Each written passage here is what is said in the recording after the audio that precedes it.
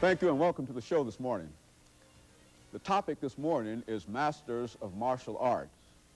And we're fortunate to have with us this morning in the studio not only a studio audience, but also three masters of martial arts, two masters and one Sifu instructor in martial arts. And we have with us Mr. Rusty Gray.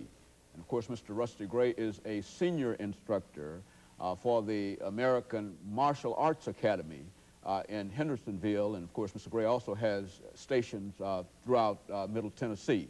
Sifu Mitchell is an instructor in martial arts and a student at Tennessee State University.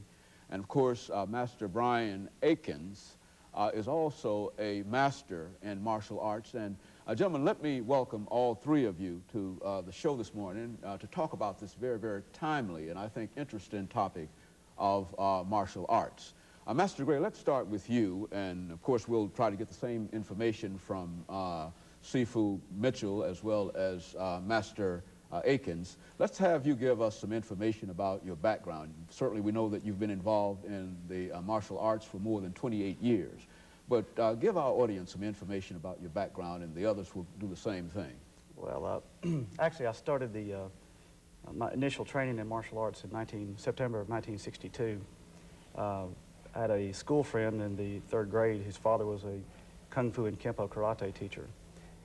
He and his son and myself were the smallest of the children in our grade class, and initially basically my first endeavor in training was just for self-defense purposes. From Greensboro, I moved to Middle Tennessee in 1969 and continued to train in both Kung Fu and Okinawan karate. And then I trained with a gentleman named Jack Lanham in the early 70s. He relocated to the Hollywood, Florida area, and I met Dr. John Ng from Lexington, Kentucky, who was at Bowling Green at the time.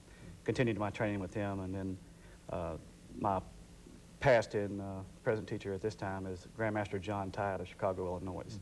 And he's quite a famous martial artist in the Midwest there. He was the original teacher of Arlene Lemus, who won the gold medal in the 1988 Olympics, was the only gold medalist in the Taekwondo for the U.S. team there.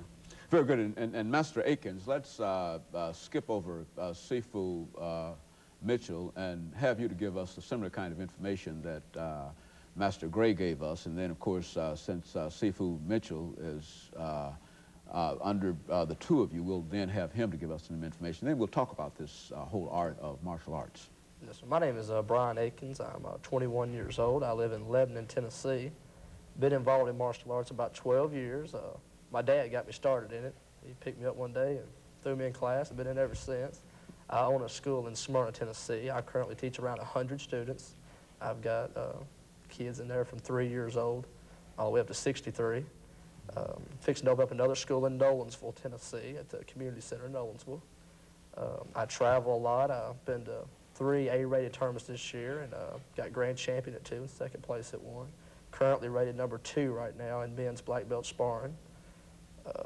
Still a lot of good stuff with the martial arts. I had a lot of great fun with it. Master Gray is my Kung Fu instructor, which I have a 6th degree black belt in. Probably one of the youngest masters in the United States with that rank. I'm currently studying Tong Sudo, have a 4th degree black belt in it under Master Roger Haynes and Anthony Price from Dayton, Ohio.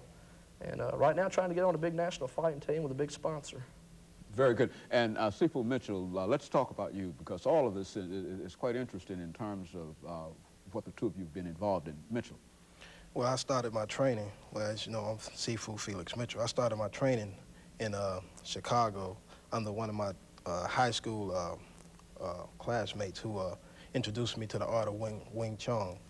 And from there, I didn't stay in it too long. I just stayed in it for like 4 months, and I didn't get a lot of, technique and everything from him. But then I also branched off into boxing at the CYO gym in Chicago, and kept on boxing as I entered the military in '86. And in '87, it was a specialist, Thomas, who told me about Master Gray down in Nashville, and he took me to one of his classes.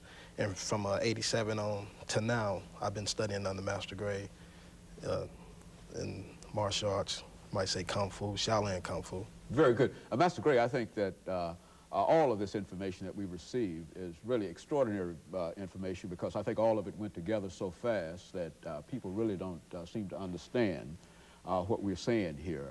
I think, as Master Akins has indicated, he's one of the youngest masters involved in the martial arts and all of that kind of. Let's talk about martial arts, because I think that there's a mystery around martial arts. And why don't you, as a master, a person who's been involved for the last 28 years, why don't you give us sort of an overview of what martial arts is all about, and give us some names and that kind of information. Well, Dr. Haney, I think that's, as you said, it being a mystery, I think that's true, and I think probably the major reasoning behind that is because the history of martial arts is older than written history.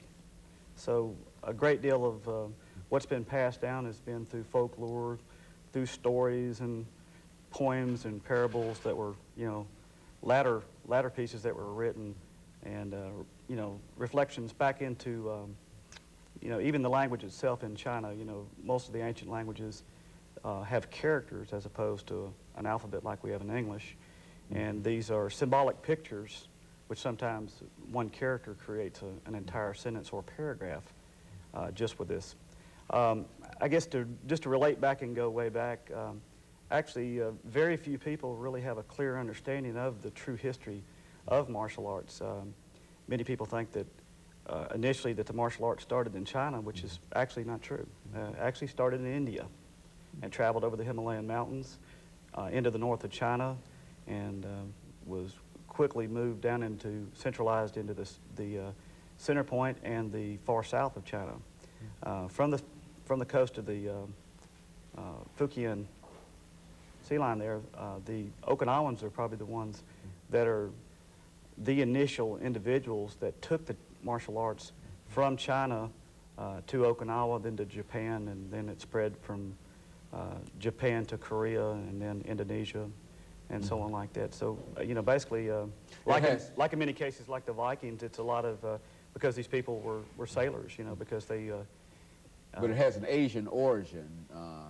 For the most part, I mean, it's practiced more in Asia than perhaps in any other part sure, of the world. Sure, I think that most people, you know, can relate back to the old TV series Kung Fu with David Carradine, and which the basis of the series is a true story.